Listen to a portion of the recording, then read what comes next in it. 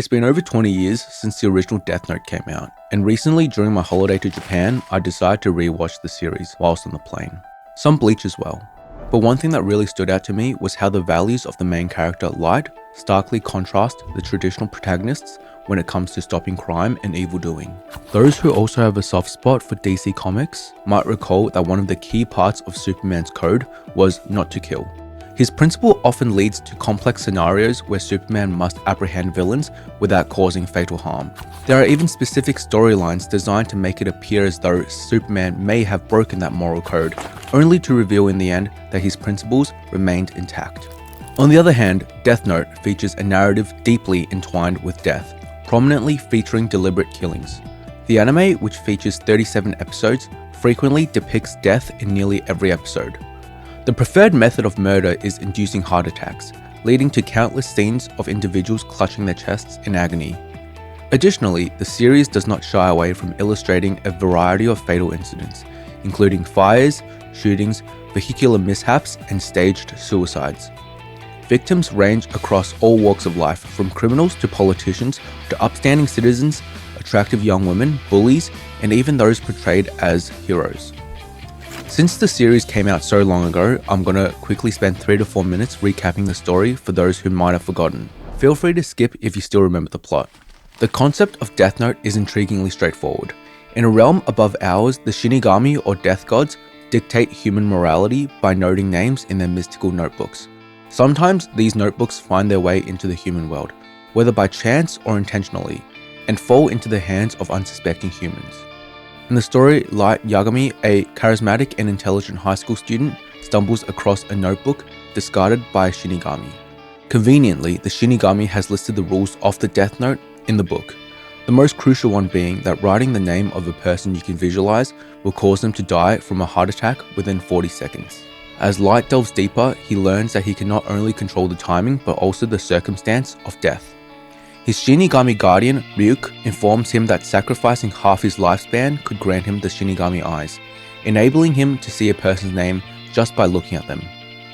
Without much hesitation, Light tests the notebook, first targeting a criminal reported on the news, and then a bully harassing a young woman. Encouraged by the success, Light sees the notebook as a tool of justice, empowering him to eliminate the world's malevolence by executing criminals globally. He eagerly begins documenting names, envisioning himself as a divine arbiter dispensing justice and shaping a utopian world according to his vision. This is a notion Light embraces wholeheartedly. However, his vision clashes with global authorities and law enforcement, who view his actions differently. Particularly interesting is the involvement of the Tokyo Metropolitan Police Force, which includes Light's father in a senior role, as they endeavor to capture the mysterious Kira, derived from the Japanese pronunciation of killer, unaware that Kira is none other than Light himself. To tackle this, they enlist the services of a brilliant, enigmatic detective simply known as L. Young, male, and equally brilliant, L is a stark contrast to Light. The eccentric, odd-looking loner raised in an English orphanage who thrives off the thrill of unraveling mysteries, just as Light revels in dispensing his vision of justice and outsmarting L. This dynamic sets the stage in the first volume of the manga and in the first few episodes of the anime, laying the groundwork for the narrative's unfolding action, psychological depth, and ethical intricacies. The action unfolds on multiple intriguing levels. First, as a quest saga involving a scramble for the notebook or notebooks. Second, as a depiction of Light's transformation into a figure who administers death indiscriminately. And third, as a griping cat and mouse chase between L and Light, and later other protagonists seeking to seize control of the notebook.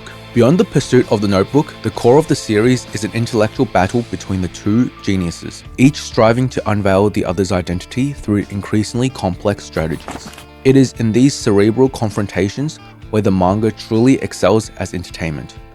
The mental duels between Light and L, although shattered by death and destruction, captivate as strategic mind games. The narrative, crafted by Oba, skillfully leverages the notebook's intricate and sometimes vague rules along the protagonist's sharp wits, weaving a tale full of twists and turns, surprises and revelations that challenge believability yet remain thoroughly engaging. This complexity makes the rivalry between Light and L's associates appear more nuanced and compelling than the classic duel between Sherlock Holmes and Moriarty, offering a sophisticated layer of psychological warfare where Light and L mirror each other in intriguing ways.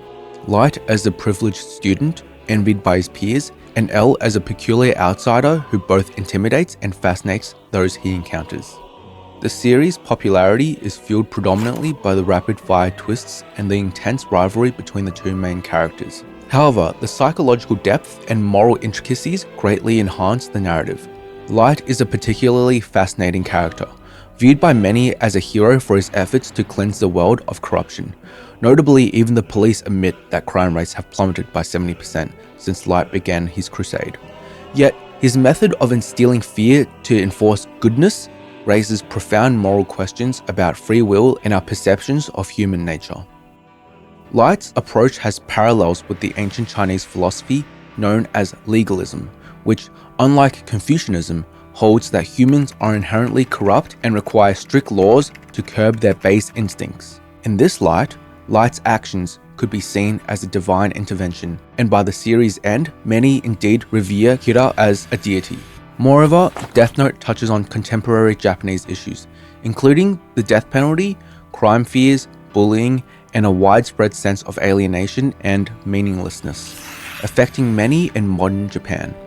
The story weaves these elements into a complex tapestry that questions the balance between societal safety and individual freedom, the allure and danger of charismatic leaders, and the impact of media in promoting fear and social unrest. Particularly unsettling are the portrayals of media executives who capitalize on the phenomenon of Kira to boost television ratings, hosting a Kira hour that, whilst ostensibly informative, exploits the killings for sensationalism.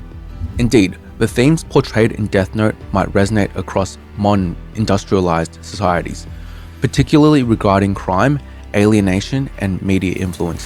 However, the series also casts a unique light on aspects specific to Japanese culture, particularly its nuanced engagement with the concept of death. Whilst it's risky to claim any society is more preoccupied with death than another, it's clear that death has significantly influenced Japanese literature, seen in the works of notable authors like Dazai, Soseki, Mishima, and Kawabata, with their narratives often exploring death through suicide, murder, accidents, or natural causes. Yet contemporary Japan, both in reality and in fiction, seems to witness a more disturbing trend of murder. Films like Battle Royale, which depicts middle school students forced into a deadly governmental ritual, and the novels of Kiriro Natsuo, who often writes about murders committed by ordinary people like housewives and business executives, reflect this trend. I recently watched an anime called My Home Hero, which mirrors this exact idea. Even Haruki Murakami, arguably the most celebrated Japanese contemporary writer, begins his novel Kafka on the Shore with an act of killing. The rise in fictional depictions of murder could be mirroring an alarming increase in real-life gruesome and bizarre murders in Japan, particularly those involving youth. Whilst not an actual murder, one shocking incident you may have heard recently, as images of it went viral on social media, involved a teenage girl described as a real-life yandere who attempted to murder her boyfriend with a kitchen knife, then sat in a pool of his blood and smoked a cigarette whilst smiling as the police came. This correlation suggests a profound cultural contemplation of violence, authority, and morality within Japanese society, which might be what Death Note taps into, making its dark themes both a reflection and an examination of contemporary societal issues. Death Note delves deep into themes of power and manipulation. Another character, Misa, is a young, attractive model who also happens to be a yandere, wields another Death Note. Potentially more ruthless than Light, she plays a crucial role in the demise of L. Yet, Misa's character is fraught with vulnerabilities. Her obsessive love for Light and reliance on his equivocal emotional support highlights some of the darker facets of contemporary Japanese femininity. Despite her outward cuteness, Misa is portrayed as unethical, calculating, and detached. Light, in contrast, exploits her affections and his strategic gains. The series' portrayal in their relationship as a primary romantic interaction marked by manipulation reinforces its overarching nihilistic outlook.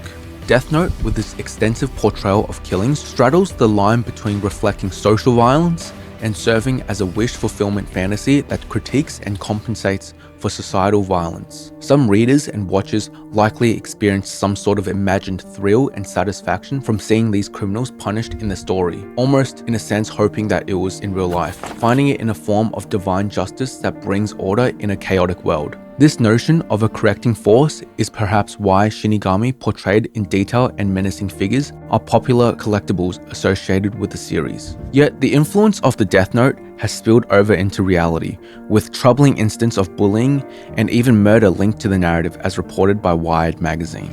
However, the richness of Death Note's narrative ensures its enduring relevance and appeal, far beyond mere social commentary.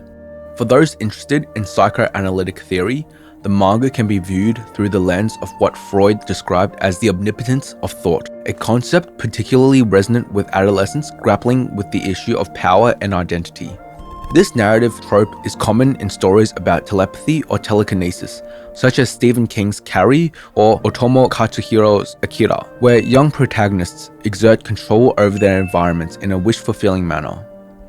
In Death Note, Light wields his power under the guise of moral righteousness, while L, embodying a different form of intellectual dominance, challenges Light's actions with his superior deductive prowess. The Death Note itself is a compelling exploration of identity, personal and cultural. Alfred Hitchcock's concept of the MacGuffin, an object that propels the plot but holds little intrinsic value, applies to the Notebook. Yet it transcends this role by embodying deeper philosophical queries. Phenomenologically, the Notebook accrues a complex layer of significance. It is an object of immense power and desire, reminiscent of the One Ring from Tolkien's The Lord of the Rings. Yet, its pages filled with names and death dates also make it a medium through which identity is not only recorded, but fatally altered.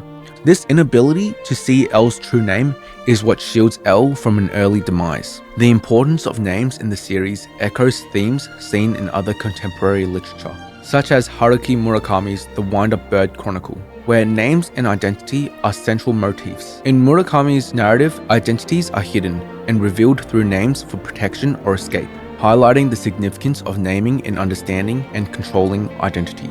In contrast, in Death Note, the act of naming becomes a lethal power, a means to obliterate identity itself. This emphasis on names and identities reflect broader societal concerns, particularly in an era where personas and anonymity online are prevalent. Real names have become almost sacred, imbued with the power to define and protect one's true self. In this context, Death Note could be interpreted as a cautionary tale about the erosion of individuality and the importance of safeguarding personal identity. This theme resonates with enduring superheroes like Superman and Batman, whose longevity is partly due to their ability to keep their true identities concealed. In Death Note, however, these secret identities are eventually exposed, leading to a grim conclusion where the Shinigami, embodying the ultimate power over life and death, emerge as the true victors, underscoring a cynical view of identity vulnerability. Thank you for watching. If you enjoyed it, please like and subscribe, and I'll see you next time.